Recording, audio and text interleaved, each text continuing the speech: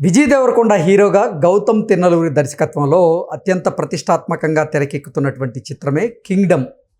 Kingdom చిత్రానికి సంబంధించినటువంటి teaser ఈరోజు నెట్టింట చక్కర్లు కొడుతున్నటువంటి నేపథ్యంలో ఈ కింగ్డమ్ టీజర్కి ఎన్టీఆర్ గారు వాయిస్ని ఇవ్వడం తెలుగులో ఒక ప్లస్ అయింది. ఈ కింగ్డమ్ టీజర్ ఎలా ఉంది, దీని రివ్యూ ఏంటి అనేది మనం విశ్లేషణ చేసుకుందాం. ప్రస్తుతం మనతో పాటున్నారు ప్రముఖ సినీ విశ్లేషకులు, ప్రముఖ సీనియర్ జర్నలిస్ట్ యజ్ఞమూర్తి గారు. వారితో మాట్లాడుతాం. సార్ నమస్తే. సార్ నమస్తే కృష్ణ. కింగ్డమ్ టీజర్ రిలీజ్ అయింది, తెలుగులో జూనియర్ ఎన్టీఆర్ వాయిస్ ఇచ్చారు. ఏంటి సార్ ఇప్పుడు కింగ్డమ్ టీజర్ నెట్టింట హల్చల్ చేస్తూ ఉంది, రివ్యూ ఏంటి సార్ దీని మీద? VD12 అనే పేరుతోటి, అనే వర్కింగ్ టైటిల్ తోటి ఈ సినిమా ఇప్పుడు దాకా నిర్మాణంలో ఉంది. సో ఈరోజు టైటిల్తో పాటు టీజర్ను కూడా రివీల్ చేశారు. కింగ్డమ్ అనే టైటిల్ పెట్టేశారు. అంటే ఇంతకుముందు వినిపించింది కింగ్డమ్ అని పెడతారా లేకపోతే సామ్రాజ్యం అని పెడతారా, ఈ పేర్లు కూడా అంటే తెలుగులో అలాగే ఇంగ్లీష్లో 2 టైటిల్స్ అనుకున్నారు ఒకే అర్థంతో ఉన్నటువంటివి. చివరికి సామ్రాజ్యం అనే దానికంటే కూడా కింగ్డమ్ అంటేనే మరింత ఫోర్స్ఫుల్గా ఉంటుందని వాళ్ళు అనుకున్నట్లున్నారు. ఓకే, అది కూడా విజయ్ దేవరకొండకి అయితే కింగ్డమ్ అనేది కరెక్ట్గా ఉంటుందని అనిపించి అంటే పాన్ ఇండియా రేంజ్లో కాబట్టి సామ్రాజ్యం అనే కంటే కూడా కింగ్డమ్ అంటే అందరికీ అర్థమయ్యే భాషలో ఉంటుంది. అవును, అందు గురించి కింగ్డమ్కి వాళ్ళు మొగ్గు చూపి అది పెట్టారని చెప్పి మనకు అర్థమవుతుంది. ఇప్పుడు టీజర్ మన ముందుకు వచ్చింది. అంటే సినిమా ఎలా ఉండబోతుంది అనేది ఒక చిన్న 1 నిమిషం 55 సెకండ్ల నిడివి ఉన్నటువంటి ఒక టీజర్ రూపంలో తెలియజేశారు, ఒక శాంపిల్. సో దాన్ని బట్టి మనకి అర్థమవుతుంది చాలా భారీ బడ్జెట్ తోటి ఈ సినిమా తీస్తున్నట్టుగా మనకు తెలుస్తోంది.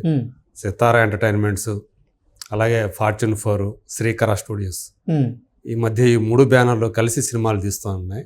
ఇప్పుడు అదే కోవలో ఈ సినిమాను కూడా వాళ్ళే 3 బ్యానర్లు కలిసి, అందులో ఫార్చ్యూన్ 4 అనేది మనకు తెలిసింది త్రివిక్రమ్కి సంబంధించినటువంటి బ్యానర్ అది. సో ఇప్పుడు చూసాం కేవలం ఒక్క హీరో మాత్రమే ఈ సినిమాలో టీజర్లో కనిపించాడు, విజయ్ దేవరకొండ. చూస్తే 2 కాలాలకి సంబంధించినటువంటి కథ అని అనిపిస్తూ ఉంది. ఒకటి గతంలో జరిగినటువంటిది, ఇంకొకటి ప్రజెంట్ ఇప్పుడున్న కాలానికి సంబంధించినదిగా అనిపిస్తుంది అందులో చూస్తే.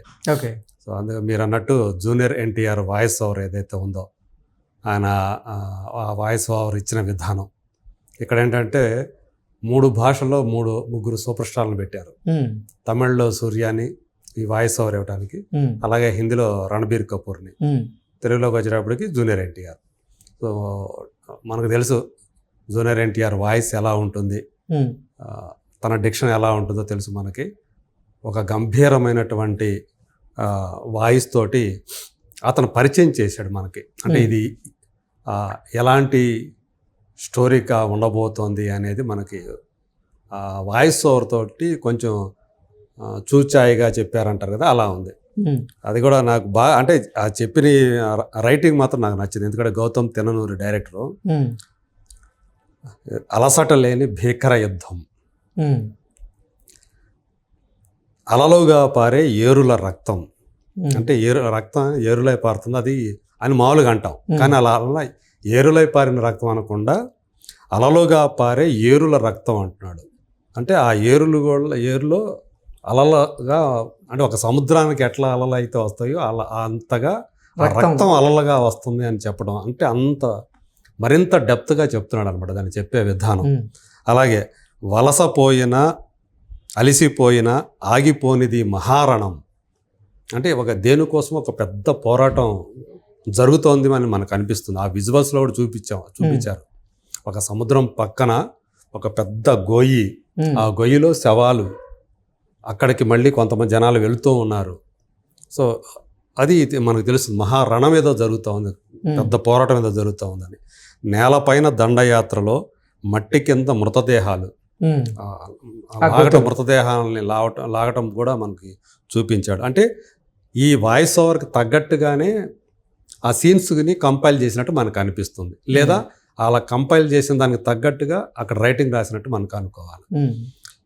ఈ అలజడి ఎవరి కోసం, ఇంత బీభత్సం ఎవరి కోసం, అసలు ఈ వినాశనం ఎవరి కోసం అని చెప్పుకుంటా. అంటే చాలా మారణహోమం జరిగింది, పెద్ద ఎత్తున వినాశనం జరిగింది అనేది మనకి తెలుస్తూ ఉంది. దానికి సంబంధించి కొంతమంది పారిపోతూ, అడవుల్లో కూడా పారిపోతున్నట్టుగా మనకు కనిపిస్తూ ఉంది. రణభూమిని చీల్చుకొని పుట్టే కొత్త రాజు కోసం. ఎవరి కోసం ఈ వినాశనం అంటే అది మళ్ళీ చెబుతున్నాడు, రణభూమిని చీల్చుకొని పుట్టే కొత్త రాజు కోసం, కాలచక్రాన్ని బద్దలు కొట్టి పునర్జన్మనెత్తిన నాయకుడి కోసం. సో అంటే మళ్ళీ పుట్టాడు కాలచక్రాన్ని బద్దలు కొట్టి పునర్జన్మనెత్తినటువంటి. అవును. సో కాలచక్రాన్ని బద్దలు కొట్టడం అనే మాట ఎందుకు వాడాడు అనేది అక్కడ కూడా చాలా డెప్త్ కనిపిస్తుంది. అంటే అప్పటికప్పుడు పుట్టుకొని వచ్చాడా, అంత ముందే జరిగింది అక్కడ మళ్ళీ పుట్టుకొని వచ్చాడా అనేది వస్తుంది. ఇక్కడ ఇదంతా కూడా అప్పుడు దాకా జరిగిందంతా కూడా గత కాలపు, అంటే మునుపటి ఏదో ఒక పీరియడ్ తీసుకొని ఆ పీరియడ్లో జరిగిందంతా కూడా ఇక్కడ దాకా వాయిస్ ఓవర్ మనకి వినిపించినట్టుగా మనకు తెలుస్తుంది. ఆ తర్వాత విజయ్ దేవరకొండ హీరోకి సంబంధించినటువంటి విజువల్స్ చూపించారు. అవన్నీ ఈ కాలానికి సంబంధించినవి. అది కూడా జైలు గోడలు, జైల్లో ఆ ఖైదీలు, ఇతను కూడా ఒక ఖైదీలాగా కనిపించడం. అది ఏ ఖైదీ అంటే అది పోలీసులు మామూలు జైలా లేకపోతే ఎవరైనా బంధించారా, అది చూస్తే అది ఒక పెద్ద బందీఖానా లాగా ఉంది. వాళ్ళందరూ కూడా ఖైదీల డ్రెస్సుల్లో ఉన్నారు మొత్తం అంతా కూడా. సో అక్కడే అతను ఇక్కడ తనదైనటువంటి అంటే ఒరిజినల్ వాయిస్ విజయ్ దేవరకొండది మనకి కనిపిస్తుంది. లాస్ట్ అతని డైలాగ్తోనే టీజర్ పూర్తవుతుంది. ఏమైనా చేస్తా సార్, అవసరమైతే మొత్తం తగలబెట్టేస్తా సార్ అని విజయ్ దేవరకొండ అంటాం. సో ఇది నిజంగా ఇప్పుడు దాకా అంటే గౌతమ్ తిన్ననూరి కనుక జెర్సీ సినిమా చూసినప్పుడు అతను చాలా సెన్సిటివ్ డైరెక్టర్ అని చెప్పి మనకి అనిపిస్తాడు. అంటే ఎమోషన్స్ ని బాగా తీయగలడు. సో అది అంటే ఒక family drama, sports plus family drama మేళవించినటువంటి కథ అది. ఒక క్రికెటర్, సో తన లైఫ్లో అతని స్ట్రగుల్ ఏంటి, అంటే జీవితంలో ఒక వ్యక్తి చేసేటువంటి పోరాటం ఏంటి అనేది అందులో చూపిస్తాడు అద్భుతంగా. సో దాంతోపాటు ఇంట్లో అంటే భార్యకి భర్తకి మధ్య ఉన్నటువంటి కాన్ఫ్లిక్ట్, దానివల్ల దాన్ని కూడా చాలా బాగా తీశాడు అతను. అది ఇంకొకటి తండ్రి కొడుకుల మధ్య ఉన్నటువంటి అనుబంధం. అంటే కొడుకు ఏదైనా అడిగితే దానికోసం తండ్రి పడేటువంటి తాపత్రయం, ఏం చేయడానికైనా ఆఖరికి ప్రాణాన్ని కూడా ఇచ్చేస్తాడు అన్నట్టు అతను చూపించిన విధానం చాలా బాగా. అంటే కమర్షియల్గా అది పెద్ద విజయం సాధించకపోవచ్చు కానీ ఒక మోడరేట్, ఒక మధ్య తరహా విజయం, ఒక మోస్తరు విజయం అంటారు అలాంటి సాధించింది.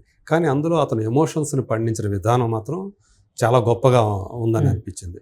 సో ఇప్పుడు ఈ సినిమా చూస్తున్నప్పుడు గౌతమ్ తిన్ననూరి పూర్తిగా ఆ జానర్కి ఏమాత్రం సంబంధం లేని ఇంకొక జానర్ తీసుకొని, భిన్నమైనటువంటి జానర్, ఒక పీరియడ్ అలాగే ప్రజెంట్ టెన్స్ రెండు కాలాలను మేళవించినటువంటి ఒక ఎమోషనల్ యాక్షన్, అంటే అది కూడా హై ఆక్టేన్ యాక్షన్ అనుకోవాలి.